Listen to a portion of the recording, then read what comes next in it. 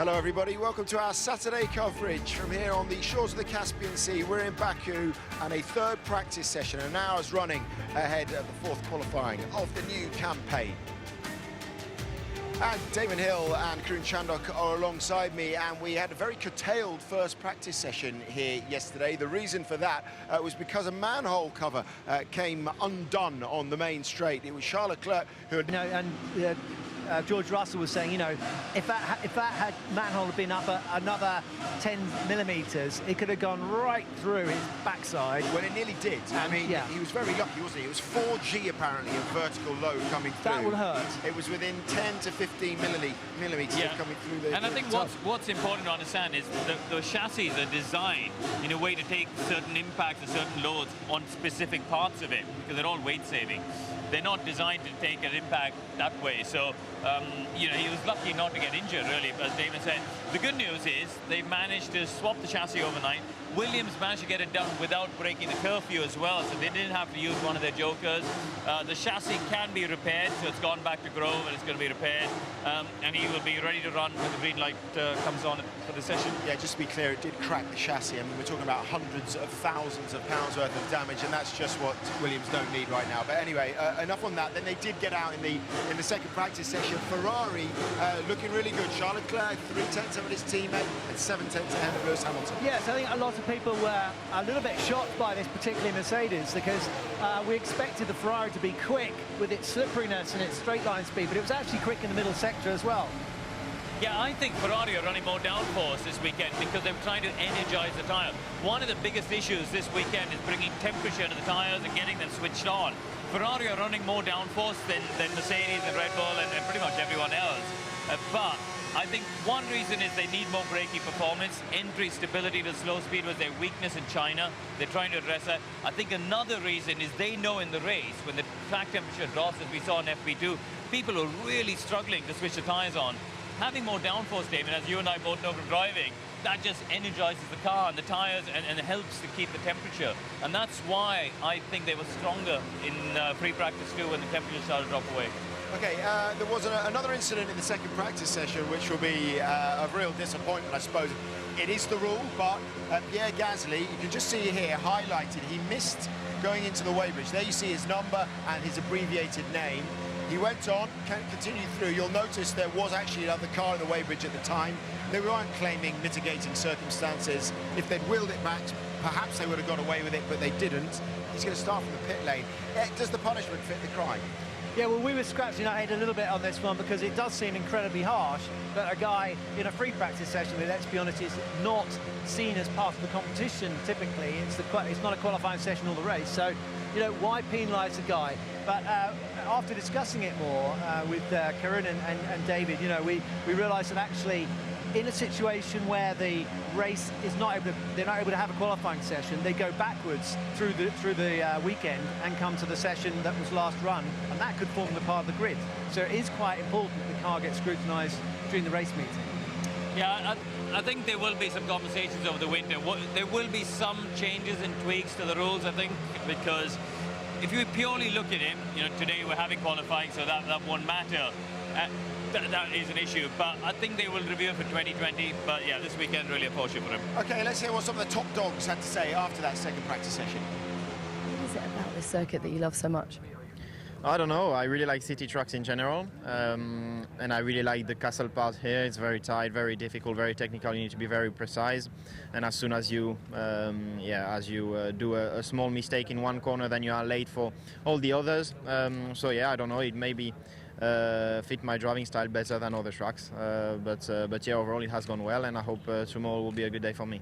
I think also it's very difficult. Obviously, around here it's a lot about getting the right lap, finding the rhythm and so on, and I think it was a difficult day for that with red flags and many interruptions. But overall, I think it was okay. I feel that we can still improve for tomorrow, and if we do so, I think it can be quite close with Mercedes. They looked very strong also today. There's always areas you can improve, but as I said, it felt like a solid session, so it's not like, oh yeah, we've got a massive chunk of time over here. But they are, I think, 6.5 tenths or 7 tenths ahead. So, as I said, I need to go and study the data to try and figure out whether or not we're going to find 6 tenths overnight. Highly unlikely, but I'll do everything I can. Well, it was similar to that, wasn't it? In China, Lewis Hamilton was chasing his tail seemingly all weekend and then got it right in qualifying. Will it be the stake today? We shall see. But Ferrari are the team that they've got to chase, because yesterday the pace of Charles Leclerc was exceptional. As Lewis was saying there, 6.5 tenths is a lot of ground for him to make up. We'll find out if they can do that, where Red Bull and the rest are after the break.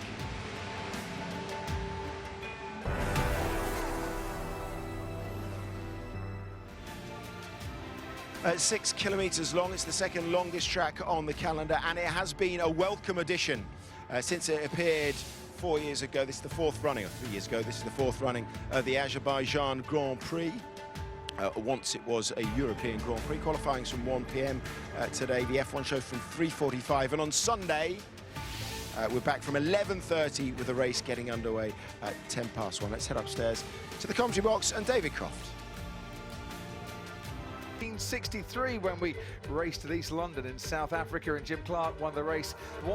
And yesterday's day was very much Ferrari's day, igniting the city. Charles Leclerc, in a very abridged FP1 session, was the fastest man, and he was fastest too in FP2. But nobody's won a race so far this season after leading practice or taking pole. So Paul di Resta and Anthony Davidson, is that trend going to continue today and this weekend? Are Mercedes going to come good? Will Lewis Hamilton wear a bobble hat on the podium? Who knows? Ferrari, Mercedes, Red Bull, where's your money lie? I think at the moment, I think you have to say Ferrari. It is very similar to what it was in Bahrain, and that car was obviously very strong there with Leclerc getting that win taken off on purely down to a reliability issue. But they showed good straight speed, good straight line speed yesterday. They are running a heavier rear wing than Mercedes, so they've got more downforce on the car with that straight line advantage they've had all year. And I really think they're putting that to good use at the moment. But don't underestimate Mercedes at the moment. You have got the longest straight on the F1 calendar, but you've got a lot of corners to contend with, and more importantly, tyre temperature. As we go into the later stages of today, it gets very cool here. Yeah, keeping warm on the tyres yesterday, massive problem for everyone. Absolutely, yeah, they were struggling with the tyre temperature, and the track temp at the moment is 43 degrees, so that's 10 more than what they had yesterday, where they were suffering at the end of the practice session. But yeah, talking about the Mercedes-Ferrari fight, guys, it looks like Ferrari are running a bit of a steeper, deeper wing than most of their competitors here. They've got the strongest power unit. I think it's clear for everyone to see. It has been that way up until this point in the championship, and that allows them maybe to run more downforce around this track, where traditionally lower downforce wins out. You need the straight line speed around this track. It wasn't the case in China. The Mercedes could get on top of the Ferrari in lap time wise, despite being much, much slower in the straight line than Ferrari there. But strangely here, the straight line speed seems to be pretty much at this stage on par between the two teams. Yeah, it's quite odd. And we had Cyril after FP2 talking yesterday. Renault had a bit of a disastrous day actually, and they were saying they were the quickest in the speed traps. They went too low in the wing. Daniel Ricciardo struggling with front lockups, lost both his set of tyres, so had to stop running early. Exactly. And you saw Nico Hülkenberg having issues. So it looks like, with the way the rules have worked over the winter, that running too low in downforce really hurts the car more than they think. We'll talk about Pierre Gasly in just a few moments, but as I mentioned, no one's won a race after taking pole or leading a practice session this season, which I find quite odd, even though it is round 4 and only round 4. But the last time we had a Friday like we had yesterday, with not an awful lot of running and a lack of tyre data and information, Kimi Räikkönen went and won the race, so that could be good omens for Ferrari on that one. And Ferrari led both Friday sessions, of course, in Bahrain this year, where arguably they should have won the race and would have won the race had Charles Leclerc not had his technical problem, and Sebastian Vettel, that man there, not gone into a bit of a spin. I think it's all about the execution, isn't it, Crofty? Mercedes have just absolutely nailed it every single time. They haven't had the fastest car at every race they've been to. It was Ferrari's to win in Bahrain, and they didn't. It was, you know, for whatever reason, it was poor execution from them, from a driver's side, from a team side. They had reliability issues. They didn't win the race. It got away from them. They should have won it. They had the clear speed advantage from the moment they rocked up in Bahrain, and they didn't capitalise. But but Mercedes have capitalised every single time and started the season so strongly. So, Alexander Albon in a Toro Rosso gets ready to go out on the hard compound tyre. The Toro Rosso actually looked quite a... So, there were a few reasons why I think, you know, I've got to cut him some slack. Of course he made the error, but it is difficult, and there, in fact, is the other Red Bull going past. So you can see the mechanics out there. There is where Pierre pulled in. We could see Max Verstappen on this occasion. So it's the other thing they could have done, of course, and this is where Red Bull made the mistake, is if they caught it early enough, they would have wheeled the car on trolleys back to this area here from that pit garage, and they would have got away with it then. Brilliant. Thank you very much, Karun and Paul. So the question is, Crofty, why is it such a harsh penalty? And we discussed this at length over dinner last night. Yeah, the geeks that we are. We sat down at dinner last night and we went through this over and over again. Naturally, Paul and Karun, myself, all the race drivers and Johnny, we all said, well, you know, we jumped to the defence of poor old Pierre, that this is such a harsh penalty, and I'm sure lots of you back at home watching now agree with that statement. But go on then, Crofty, explain, Mr. Policeman. There was one person that disagreed, and that would be me, because I'm not an ex-racing driver. A stickler for a good rule. I can see it's harsh, but the rule is there. Article 29.1, and the FIA have this procedure with the weighbridge where they introduced it on a Friday to make sure it works, and to make sure the marshals know what they're doing ahead of qualifying, where it really starts to get important. And they bring in a draconian penalty, Paul, to make the teams think twice about running the car underweight and cheating. Yeah, there's that way of looking at it. I'm still on the balance. I think it was far too harsh a penalty to give someone and affect their Saturday, affect their Sunday. Where the penalties, because, and we'll bring in Christian Horner on this, because he's with us all weekend on the Red Bull pit wall. Christian, I haven't seen any comments so far from your team that say you want to appeal, even though you've got the right, or that you're disputing the penalty. Is that right? Yeah, correct. But I vehemently agree with Paul rather than yourself, Crofty. Yeah. I'll give you the rationale. I mean, he committed the crime, there's no doubt about that yesterday, and the argument is whether the penalty fits the crime. My opinion is it doesn't. It's a Friday. You know, if he'd have been running 50 kilos underweight, his penalty would have been less than what he's actually got for missing that light. And this regulation is a hangover from when we used to have qualifying on a Friday, and if qualifying got cancelled, they'd obviously then refer back to the times from the previous practice. But Christian, I'm just going to stop you there. The regulations as they are at the moment, if qualifying didn't take place for whatever reason, and say a manhole cover came up again, they couldn't run qualifying, to form the grid, they go back to the results of the previous practice session. So therefore you have to have this rule, because the cars have to adhere to the regulations, because whenever they're on track, it might actually form the grid for the race. About as draconian as it can possibly get. Absolutely, I mean, to discourage teams from trying to break the rules. That's why they bring that in. Yeah, so exclude him from that practice.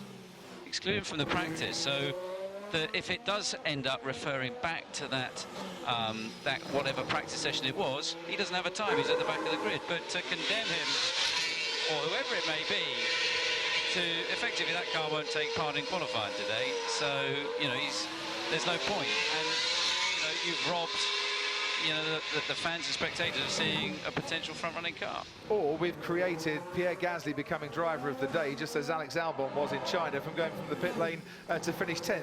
You never know. Well, let's look on the bright side. Exactly. I mean, it's an opportunity to shine. Yeah. But in which case, let's do it to Lewis Hamilton every weekend. But, you know, I think that the penalty doesn't match the crime. And these regulations, it was discussed this morning, actually Ross Brawn, Chase Carrot, they all agreed. Let's have a good go through these are irrelevant now, and let's tidy up these silly penalties that don't match the crimes that have been committed on, particularly on a Friday. So, Christian, let's forget about rules or no rules. You know, as the rules stand at the moment, I'm sure they're not going to change through the rest of the season. What could have been changed from Red Bull's side or any team side that could fall foul of this rule in the future, procedural-wise? What could change? Because all drivers are guilty. I put my hand up as well. Say, you know, even missing coming into the pits when you need to have a fuel stop at Le Mans. I've seen many drivers make that mistake before in the past, but how can it, what is going to be the protocol going forwards?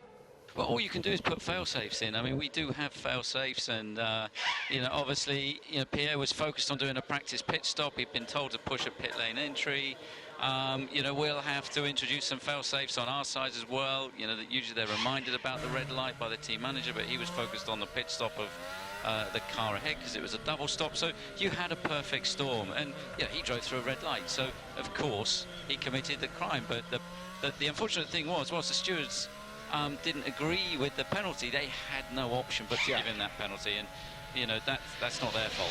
Christian, thanks ever so much for joining in the debate on that one. I wish you'd have been with us in the Italian last night. We could have had this at much longer be into the barriers, and that's why he chopped Lewis off. That's his fault for not getting as good a run out of the corner, and Lewis having the entitlement to go through that corner side by side. You've got to give each other room. Yeah, but he said there wasn't room. Absolutely. That was close. And for those of you, by the way, who say, why is it so dusty in Baku when other tracks aren't quite cars? It wasn't actually that bad. It's just the helicopter that they used for filming was hovering over the crash and creating the biggest windstorm they've seen in that part of town for a while.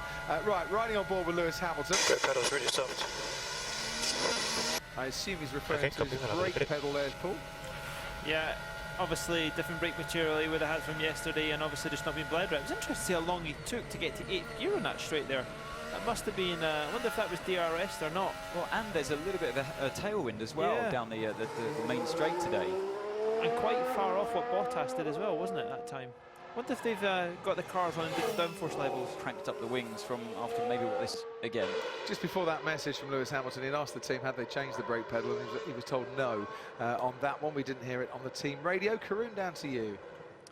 Yeah, in fact, guys, to answer your question, they have. Both Mercedes drivers have put a bit of downforce on. As of Red Bull, I was looking at Verstappen's car down there, and they've put a bit more wing angle on. And all of it seems to come back to the fact that the race is going to be in cooler track temperatures, and they need the downforce to energize the tyres. That's what they all believe could be the quicker way. And I think, Paul, you mentioned, Cyril was saying that yesterday as well. It's all coming to the fact that the tyres are dropping out of the temperature window, and they feel they need the downforce in case there's a... And Paulie Hensby agreeing with Christian Horner, the penalties to Draconian, excluded from the session, not give him a pit lane start. But I would imagine that he's going to be focusing on race pace now, running an awful lot lower downforce and concentrating on trying to get some overtaking, possibly. Stelvio.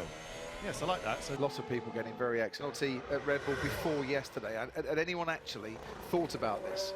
I think the answer would probably be no on that one. I think, like you said, there are rules only when you fall. Logically, you have to agree with us on this one, Crod. Logically, forget that the rule is there. It's a hard rule for the good of the sport. Yeah. Just logically speaking, it's a harsh penalty for the crime. It really is. It's a total harsh penalty, but I'm not one to compare one incident to another. Each one should be assessed on their own individual merits. And yes, it's a harsh penalty, but it's introduced to make the teams think twice about running underweight cars and benefiting in a practice session. Yeah, from a situation that might contribute towards something that affects the race, and that's why it's I think Christian's point wins overall over your point, ultimately because he said kick him out of the practice session. Yeah, that's fair enough. Kick him out of the practice session. I agree. Why should it affect the race? I mean, it will affect your race anyway, but kick him out of the practice session. I agree with that. If qualifying doesn't happen, it doesn't happen, and you were kicked out of free practice, so you didn't get a time, so therefore you start from the back of the grid. But if it does happen, you're still allowed to qualify.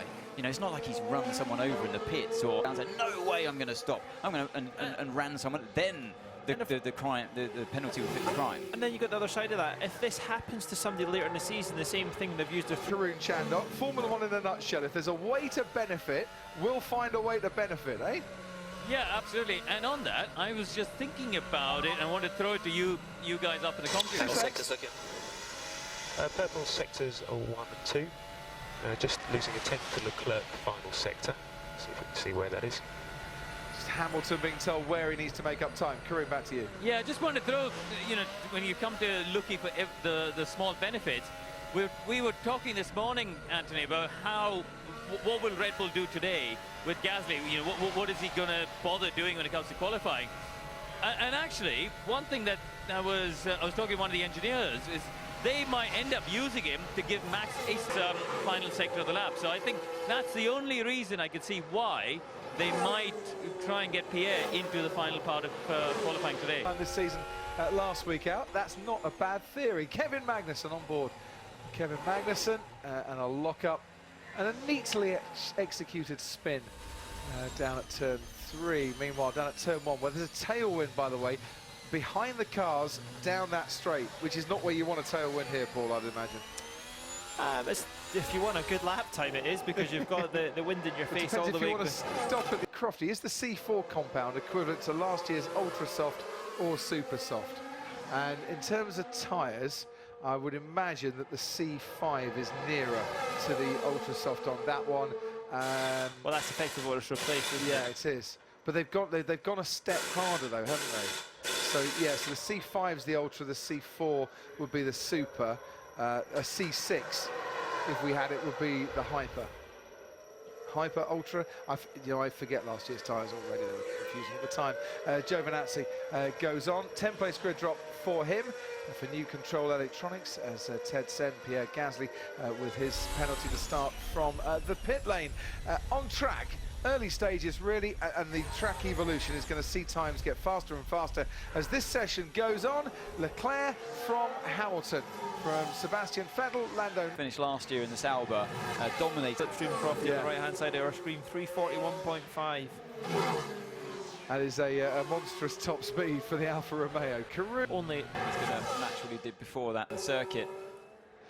What was the very top speed here? Was it something like at all? We don't know. Engine settings. But you've got to look at the consistency, yeah. You know, to paint the picture over the weekend so far. I know it's a shame we missed out on FP1, but yeah, yesterday in FP. Alex Albon was at one stage as well. Verstappen in the middle. They're both Toro Rossos as well at the moment, on the same tyre compound as well. And Will Verstappen, as Karun speculated, be getting some help from his teammate to the Alfa Romeo garage. Johnny Herbert is waiting down there at the moment. Johnny. Hello. You are right. I am down at the nice Alfa cap, garage. nice shades. Thank you very much. Thank you, Kimmy. They are indeed. There you go. Just missing the there's chalk ice. Lovely helmet. Yes. Yeah, I'll get one of those later out. Yeah. So there's his helmet, dark visor. For a sunny day. So anyway, so Kim is about to join us in the pit box itself. It's quite interesting actually because it's much cleaner than when we were at McLaren. There's a lot more sort of blowers for cooling the engine down. This is the starter here. There's a couple of sort of just for the wheels coming off, but it's very, very clean and tidy in here. And of course you've got the engineers over there monitoring everything that's going on around. I think Giovinazzi is still out on track, so I'm waiting for it to come in. Yeah, to be honest, Johnny, he's gone past. I think we've been sold a bit of a dove here by various communications from the Alfa garage. Kimi was meant to come in to the garage, but he went down to the end of the pit lane and did a practice start instead because he knew that you'd got his cap. I think he got upset. Yeah. So you can do I'm a little teapot impressions for a while, and we'll come back to you in a minute. He is. He's doing I'm a little teapot impressions down there. Leave him alone. That was sharp, Crawford. Robert Kubica, ladies and gentlemen. How much of a test is this track for Robert Kubica? Lots of 90-degree corners, hair him, scare him on the first lap. He's still finding his way, I suppose, back into Formula One again after such a long absence, and on these Pirelli tyres, of course. Lacking performance around a circuit like this is tough anyway, driving one of the best cars out there, let alone a car that lacks the grip. So yeah, he's doing okay at the moment in 18th. He's ahead of Gasly and Russell, but yeah, just pops in his personal best of the session so far. But it's much further down the order than he and George would like to be, and that, yeah, it's always more difficult in a bad car. Could be though that for the second race running, Williams don't start on the back row, but it's not through improvements by themselves. It's misfortunes of others, and they were very keen to make the point yesterday that whilst they're having to repair the monocoque that was damaged in the drain cover incident, they're not rushing through the parts for development for future races. Johnny, we can go back to you. I see an Alfa in the pit lane. Good, thank goodness, yes.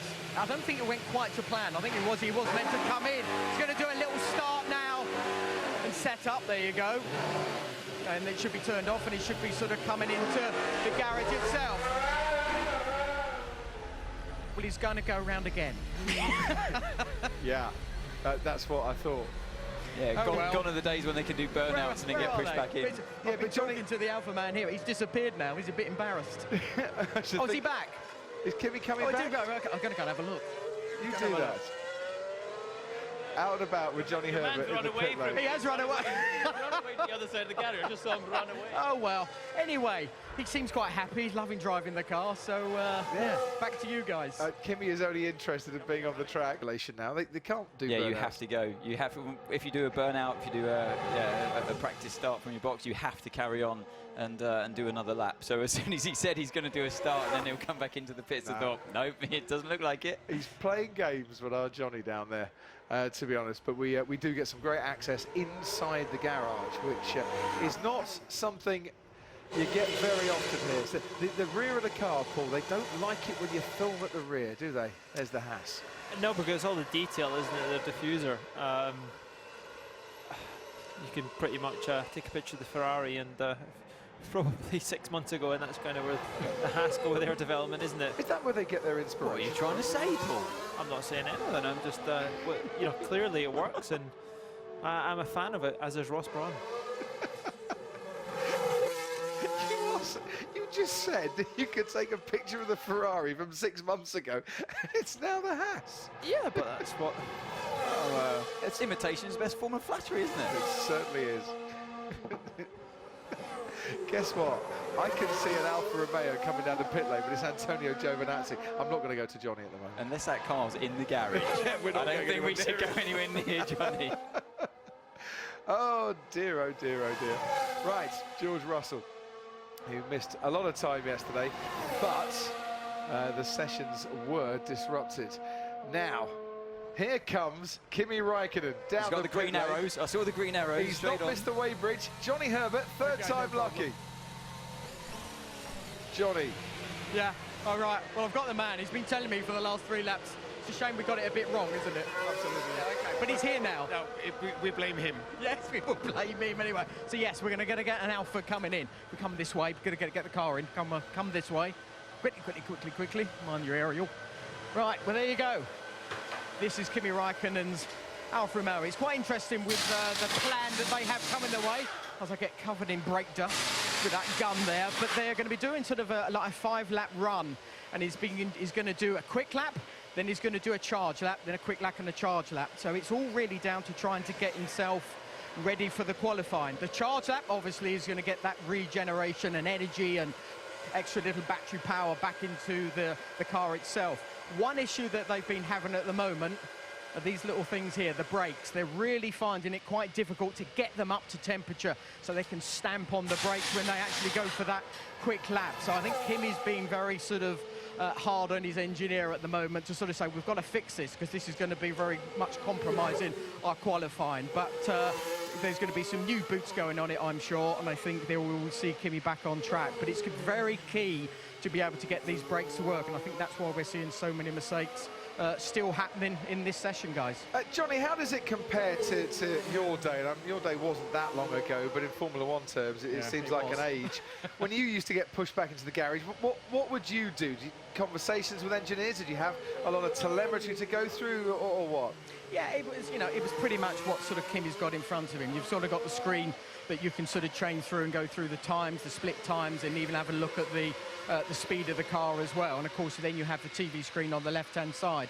I used to get a piece of paper in there, which was also showing me what my fellow driver was doing, and then we could sort of try and see, well, he's braking a bit later, a little bit earlier, or going a bit through, quicker through the apex, for example. But the chat with the engineer is always going to happen, and that is very key, because as I said, with the issues that Kimi's having with the brakes, they've got to be able to sort of blank off the right amount so they can get the temperature, but of course then they can't cook them when it's actually at the end of that lap. So it's a very, very fine balance. That's changed a lot. You know, I had massive brake coolers for the brake discs and the calipers and the pads, and of course it's very, very small nowadays. So it's much an art compared to where it was back in my day. Beautiful, thank you, Johnny. It was worth another attempt. Eventually, we got what we wanted there, and that man there very happy that he's got Valtteri Bottas and Kimi Räikkönen to cheer on, because he's got a little Finnish flag as well. So Kimi's going to be coming out in.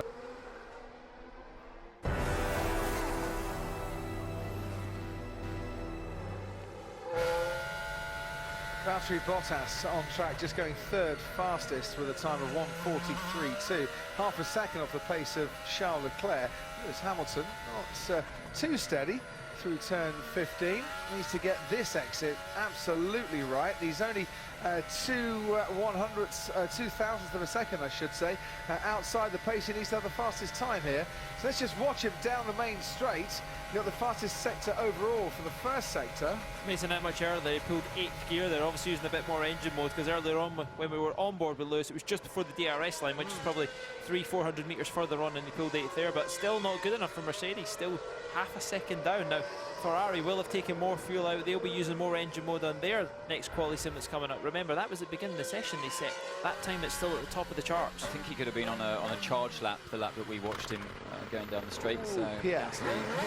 Down by the late castle. decision. Yeah, late decision. And that's fresh out of the pits, is it? Yeah.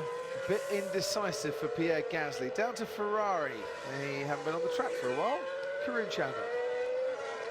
Charles Leclerc has gone out, but Sebastian Vettel's car, there was a bit of a delay. They had some sort of concerns on the rear left suspension. They had to take the heat shield off, and there was a lot of work going on in the rear left corner of the car. You can see they're putting the bodywork back together now, and he should get out before the end of the session to get his runs in. But Mattia Binotto and the engineers, Laurent Mekies as well, all got off the pit wall and came down into the garage to have a good look. So true to form, the team communications department said no problem, it's all routine.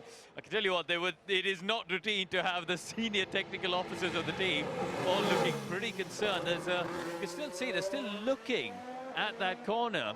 You know, it's still not fully put back together. They've got the front tires on the car ready to go, but clearly all is not well on the rear left corner of the Sebastian Vettel Ferrari at this moment. You stay there, Karun. We'll see how routine that issue becomes. And Ted, down to you. Everyone going out on the red tyres now for some quali simulations, apart from Pierre Gasly, of course, probably not going to do qualifying, as we already covered. Now, what's going on with Haas and Renault? I hear you ask, Crofty.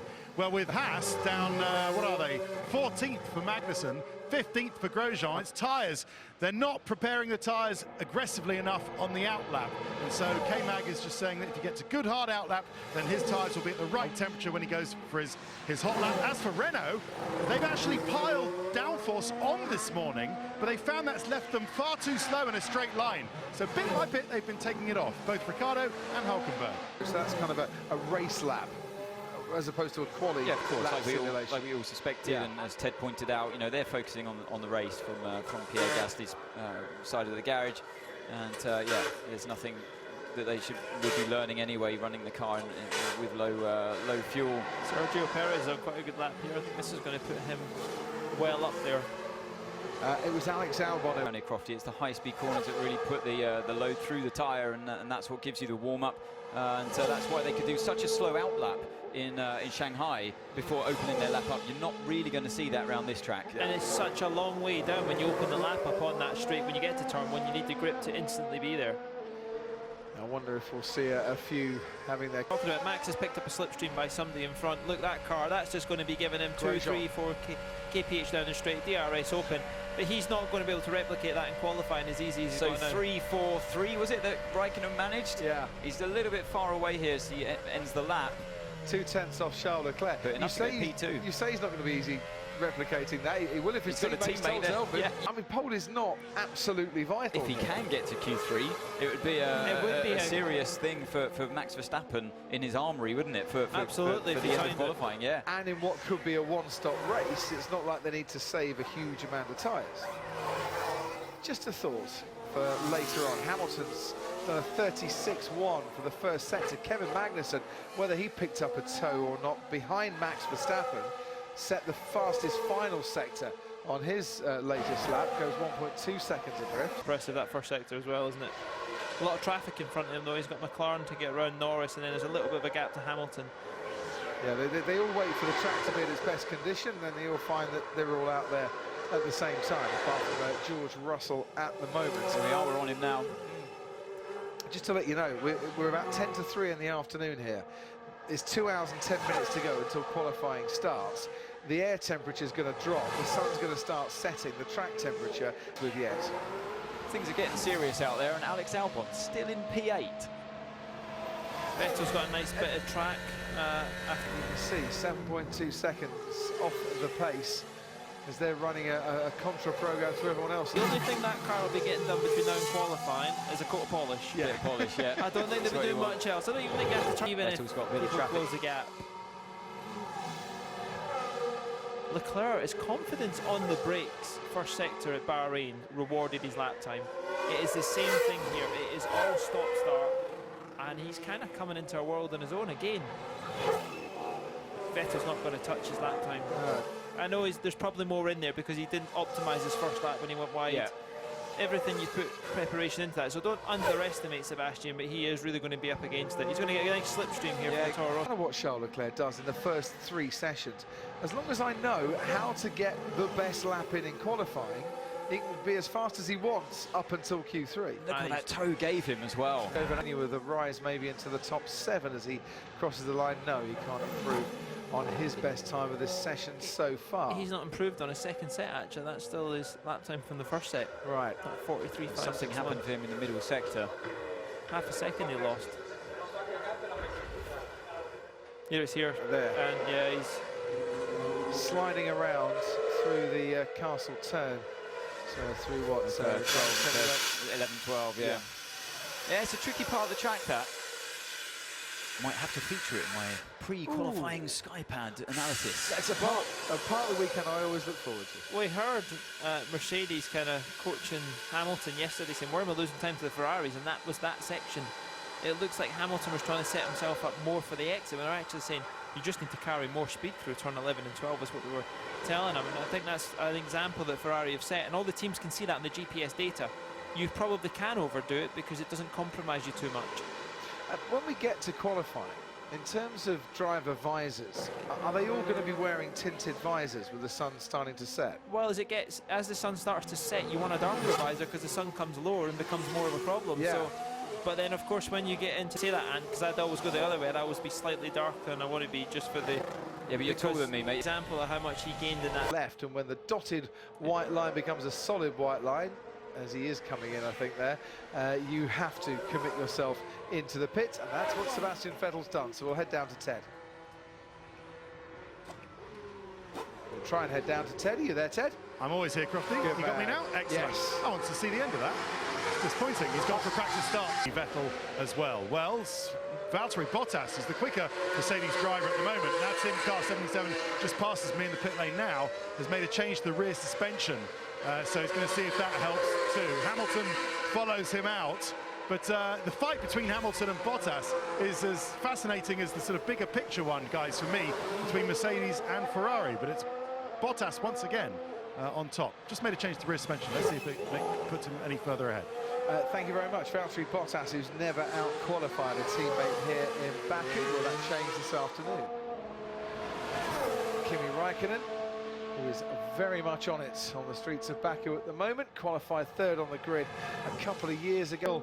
Parts of this track that are pretty dirty here, goes 9th fastest right at the end. Second away just in the middle sector alone compared to Charles Leclerc's best effort. And yeah, looking at Sebastian Vettel just 2/10 away. Remember, he did it on that second lap, like we pointed out before, and it was a bit of a messy run for Sebastian, and he's going to be right there throughout qualifying, pushing Charles. Yeah, which is what we want. We don't want to see one driver just disappear off on his own, and that's not really what Carlos Sainz wanted, was it? Kimi Räikkönen. Was it Kevin Magnussen and Fernando Alonso last year getting into bother? You get such, on a quali lap, you get such an extreme slipstream round here that if you don't judge that gap properly before starting your lap, you're going to be right on the car like Sainz was before the end of the straight into turn 1. Very good point.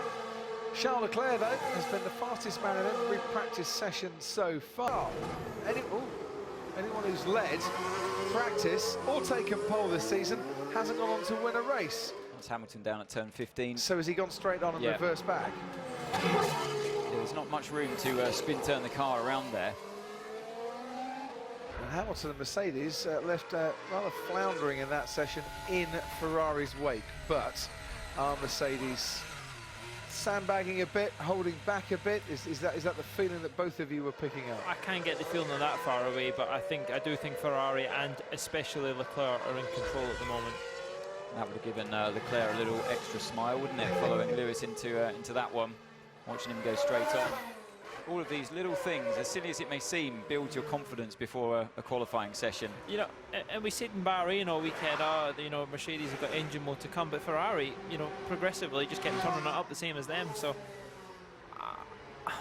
they know each other too well, and they know too much based on the GPS data. You know, the strengths and weaknesses and how much they turn it up each time. So they kind of go in a progressive manner, don't they? They certainly do. Car number 16, quickest of the lot then, Charles Leclerc, and the driver quickest in FP3. Taken pole at every race this season. Not gone on to win it, but they have taken pole. And Sebastian Vettel has been fastest in FP3 at every race this season and continues that trend on today. Are we not surprised that, I mean, it's Gasly, just watching him coming into the pits there.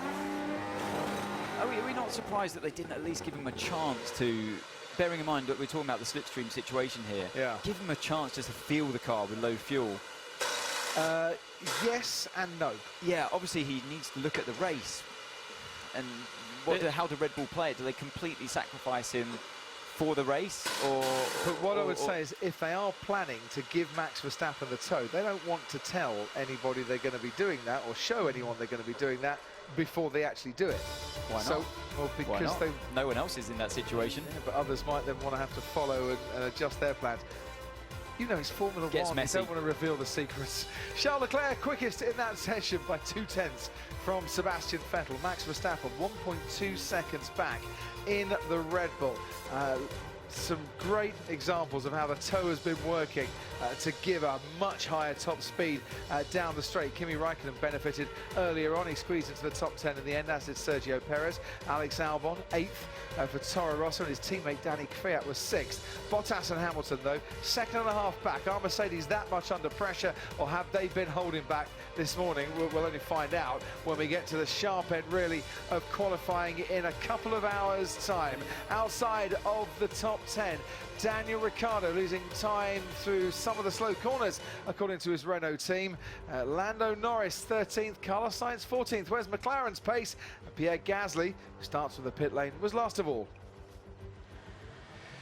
Well, a highly significant session, you have to say that, for Ferrari. Purple, purple, purple when he went out and did that. Comfortable with that, but this guy's trying to steal all the thunder at the moment. How are Mercedes going to try and find a 2.5?